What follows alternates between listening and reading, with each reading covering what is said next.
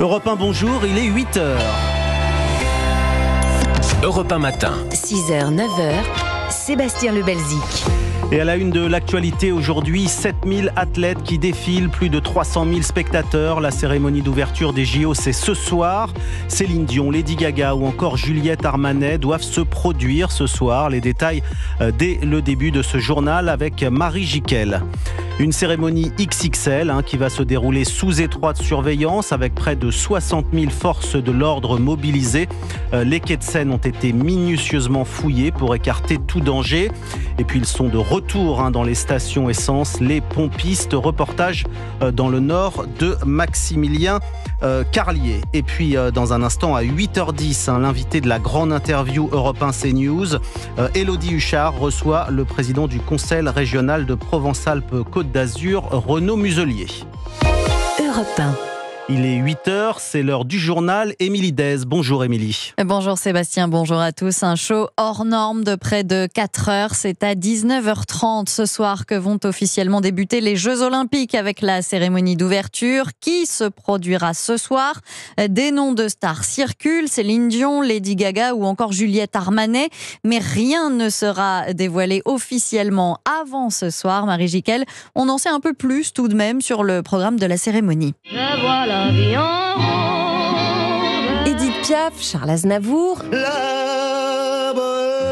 interprété par Céline Dion, Lady Gaga ou Aya Nakamura, le scénario coïnciderait au souhait de la direction artistique des Jeux, faire rayonner notre patrimoine culturel via un casting international, comme le souligne Victor Lemann, le directeur musical des Jeux. C'est la France qui accueille le monde, ce n'est pas qu'un événement français, c'est un événement qui doit parler au plus grand nombre. On veut que la surprise soit à la hauteur de l'événement. Concernant la chorégraphie, comment ne pas penser à quelques pas de breakdance, ce nouveau sport olympique, la danse classique aussi développée sous Louis XIV, comme le rappelle Daphné Burki, en charge des costumes. Il y a plein de disciplines différentes parce que la France peut crâner. On est à l'origine de plein de danses différentes, de plein de mouvements différents, de plein de musiques différentes. De Guillaume Diop, étoile de l'opéra qui danserait sur les toits de Paris, à Juliette Armanet qui entonnerait Imagine de John Lennon, nos artistes tricolores devraient également chanter cet événement mondial présenté comme le plus grand spectacle français de ce début du XXIe siècle. Marie Jiquel pour Europe 1. Et ce soir, donc, tous les yeux seront rivés sur la scène. 7000 athlètes vont parader devant 320 000 spectateurs. Une cérémonie d'ouverture qui va se dérouler forcément sous haute sécurité. 45 000 policiers et gendarmes sont mobilisés, 10 000 militaires et 600 membres des forces spéciales. L'espace aérien sera fermé entre 18h30 et minuit. Plus aucun train ne partira des gares de Lyon et d'Austerlitz à partir de 16h. Et pour garantir la sécurité de tous, depuis plusieurs semaines, les quais de Seine sont passés au peigne fin par les équipes de déminage. L'objectif, écarter toute présence d'engins explosifs. Maxime Gondelot a pu participer pour Europe 1 à une de ces opérations déminage. Départ 6h30 du pont d'Austerlitz sur les quais hauts, direction le pont d'Iéna, chiens, drones et miroirs pour regarder sous les voitures. L'objectif des équipes de gendarmes du Major Somalan, ne rien laisser derrière elles. N'allez pas plus loin, c'est pas fait là-bas. Revenez par ici pour gérer la partie droite. Un peu plus loin, quai Jacques Chirac, juste après le pont de l'Alma, des toilettes éphémères sont installées et donc à contrôler. Gros réservoir, bel espace pour pouvoir y cacher quelque chose de dangereux. Tout sera verrouillé après notre passage. Distributeur de boissons, tireuse de bière, tout est passé au peigne fin. Plus grave, un véhicule utilitaire blanc stationne. Le mec qui prend l'habitat, je prends le bloc moteur. Il faut donc le fouiller intégralement. On check tous les éléments présents sur le site. On vérifie tout. Donc là, vous vérifiez le moteur là. Voilà, tous les emplacements qu'on pourrait dissimuler de la matière ou des objets qui ne devraient pas être là. On vérifie tous les endroits, on ne laisse rien au hasard.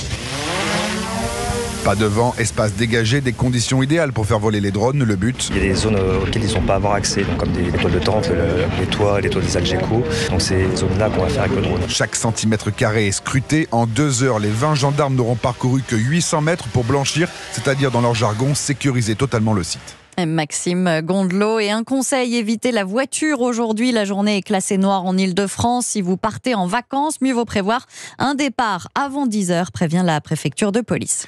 Des mesures de sécurité XXL rendues nécessaires aussi par la présence ce soir de pas moins de 85 chefs d'État et de gouvernement. Ils assisteront en tribune à la cérémonie d'ouverture, un rendez-vous éminemment important donc pour Emmanuel Macron qui compte en faire un marqueur de sa présidence, Jacques Serret. Emmanuel Macron le sait, les images de ce vendredi 26 juillet 2024 resteront dans l'histoire. Avant lui, seuls Émile Loubet en 1900 et Gaston Doumergue en 1924 ont eu ce privilège d'accueillir le monde à Paris. Il n'est que le 3e président à lancer des Jeux Olympiques dans la capitale et que le 3e président de la 5e République à ouvrir des JO. En février 1968, Charles de Gaulle déclarait ouvert les Jeux d'hiver à Grenoble. Je proclame l'ouverture des 10e Jeux Olympiques d'hiver de Grenoble.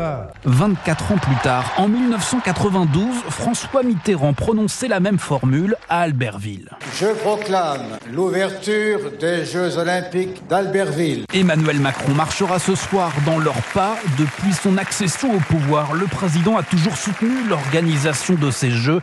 Il s'agit désormais d'en faire une réussite. Jacques Serret du service politique d'Europe 1. Restez avec nous. Dans un instant, on parlera du nouveau Front populaire qui refuse de subir la trêve olympique imposée par Emmanuel Macron.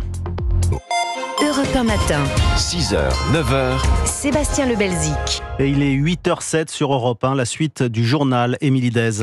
JO oblige, l'actualité politique et économique est à l'arrêt. Une trêve demandée par Emmanuel Macron et subie par le nouveau Front populaire qui entend tout de même maintenir la pression sur le chef de l'État, Alexis de la Fontaine. Oui, le nouveau Front populaire a manqué sa chance. La gauche n'a pas réussi à imposer un Premier ministre à Emmanuel Macron avant le début des Jeux Olympiques.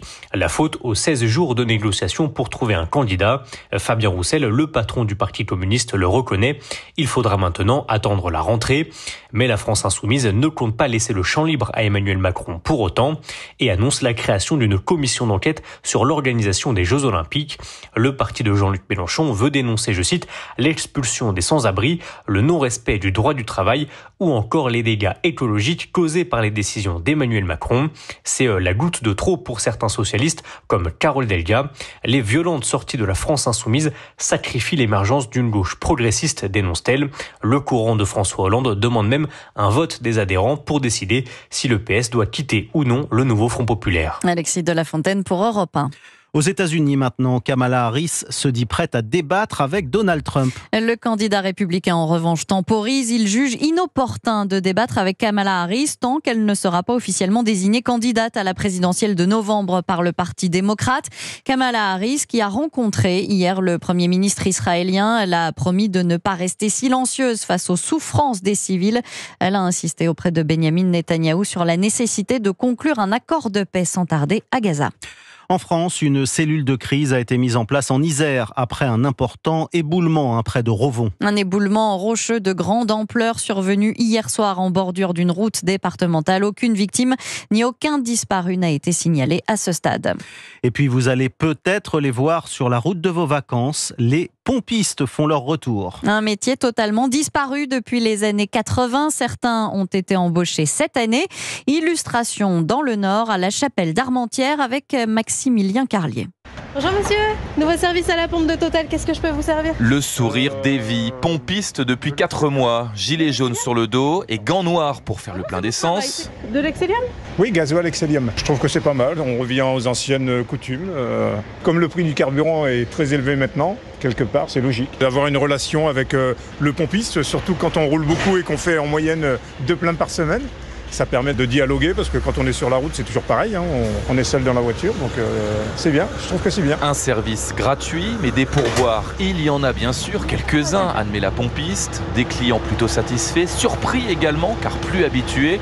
Xavier Bourra, directeur régional Total Énergie. Nous voulons revenir à l'humain. Le métier de pompiste a disparu dans les années 80 et nous voulons le remettre au goût du jour aujourd'hui, retrouver le contact avec nos clients. On vise 300 pompistes en France à la fin de l'année et ça se déploie petit à petit dans pas mal de nos stations. Et ce ne sont que des embauches, insiste-t-il. Des pompistes voués également à devenir des bornistes afin d'aider les clients à recharger leur véhicule électrique. La chapelle d'Armentières, Maximilien Carlier, Europe 1. Merci Émilie Dez. Prochain journal à 8h30.